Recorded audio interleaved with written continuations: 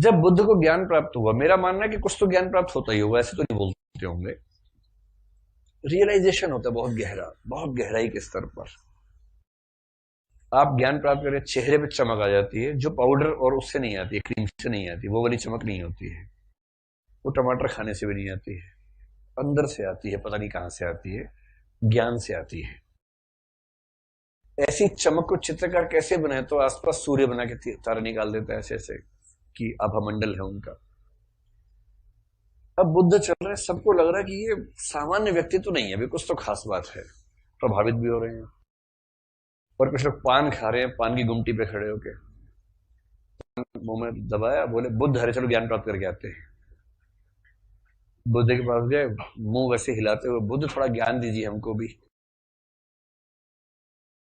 अब बुद्ध सोच रहे हैं कि जो ये लेने आया है उसका पात्र तो है नहीं है, इसे कैसे मैं समझाऊं कुछ। मोटी बुद्धि का आदमी बहुत गहरी बात जानना चाह रहा है, कैसे समझाएं। इंटरव्यू में गणित विषय के विद्यार्थी से पूछते हैं हम कि संख्या की परिभाषा बताइए या संख्या का अर्थ समझाइए हमें, व्हाट इज नंबर। और बड़े बड़े आईआईटी से पढ़ने वाले चैं बोल जाते हैं वहां जाके, ये नहीं पता सर, और कुछ पूछ लो। अरे यार, नंबर से खेल रहे हो बचपन से, नंबर क्या होता है ये नहीं पता। क्योंकि बहुत फंडामेंटल क्वेश्चन समझना, उसके लिए जो अप्रोच चाहिए वो अप्रोच नहीं बनती कई बार। अब बुद्ध के पास एक आ गया पान खाता हुआ आदमी कि बुद्ध जी आत्मा होती है कि नहीं होती है। अब बुद्ध को लग रहा है कि दो ही तरीके, एक झापड़ मार के भगाऊं उसको, वो शोभा नहीं देता है। दूसरा क्या, बुद्ध मुस्कुराते थे, ऐसे मुस्कुरा रहे, उसको लगा मुस्कुरा कह रहे हैं, ऐसे देखा, ऐसे पूछा, नहीं नहीं मैं पूछना चाहता हूं कि आत्मा होती है नहीं होती है।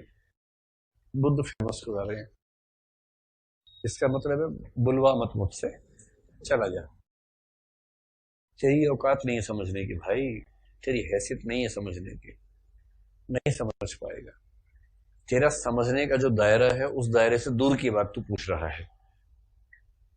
बुद्ध कहते हैं कि उन शब्दों को व्याकरण की भाषा में व्यक्त किया ही नहीं जा सकता, और इसलिए बुद्ध के दर्शन में एक शब्द चलता है अव्याकृत प्रश्न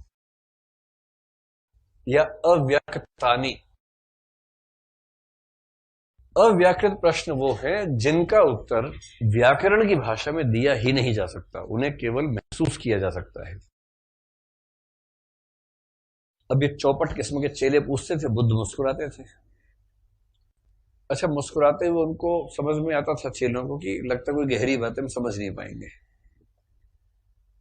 उनको ये नहीं लगता कि बुद्ध को आता नहीं है। जैसे भाई अगर आप मुझसे पूछे मुस्कुराओ तो आप कहेंगे आता ही नहीं इसको तो, पर बुद्ध बुद्ध थे भाई, बुद्ध मुस्कुराते थे ना, तो लोग समझते थे कि इसको तो आता है, हम इस लायक नहीं कि समझ पाएंगे। तो लोग शर्मिंदा हो गए, सॉरी सॉरी अब नहीं पूछेंगे, चले जाते थे। फिर बुद्ध की भी मृत्यु हो गई और बुद्ध ने बहुत सारे प्रश्नों के जवाब दिए ही नहीं थे, खाली मुस्कुराए थे। बुद्ध की मुस्कुराहट बहुत प्रसिद्ध है। जब जब भारत ने एटम बम फोड़े हैं ना, कोड भी यही था, बुद्धा स्माइल्ड। अब बुद्ध के चेले फंस गए। दूसरे वाले चेले आके बोले बताओ आत्मा है या नहीं। चेला भी मुस्कुराया हल्का सा, पर चेले की मुस्कुराहट में आत्मविश्वास होगा या घबराहट होगी?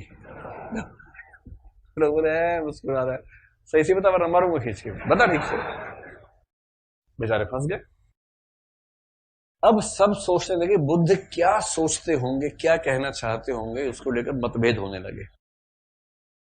और इसलिए बुद्ध की मृत्यु के बाद बौद्ध दर्शन में इतने मतभेद हुए कि 30 धाराएं बन गई, जिनमें दो बहुत महत्वपूर्ण धाराएं आपने सुनी है, एक का नाम है महायान, एक का नाम है हीनयान।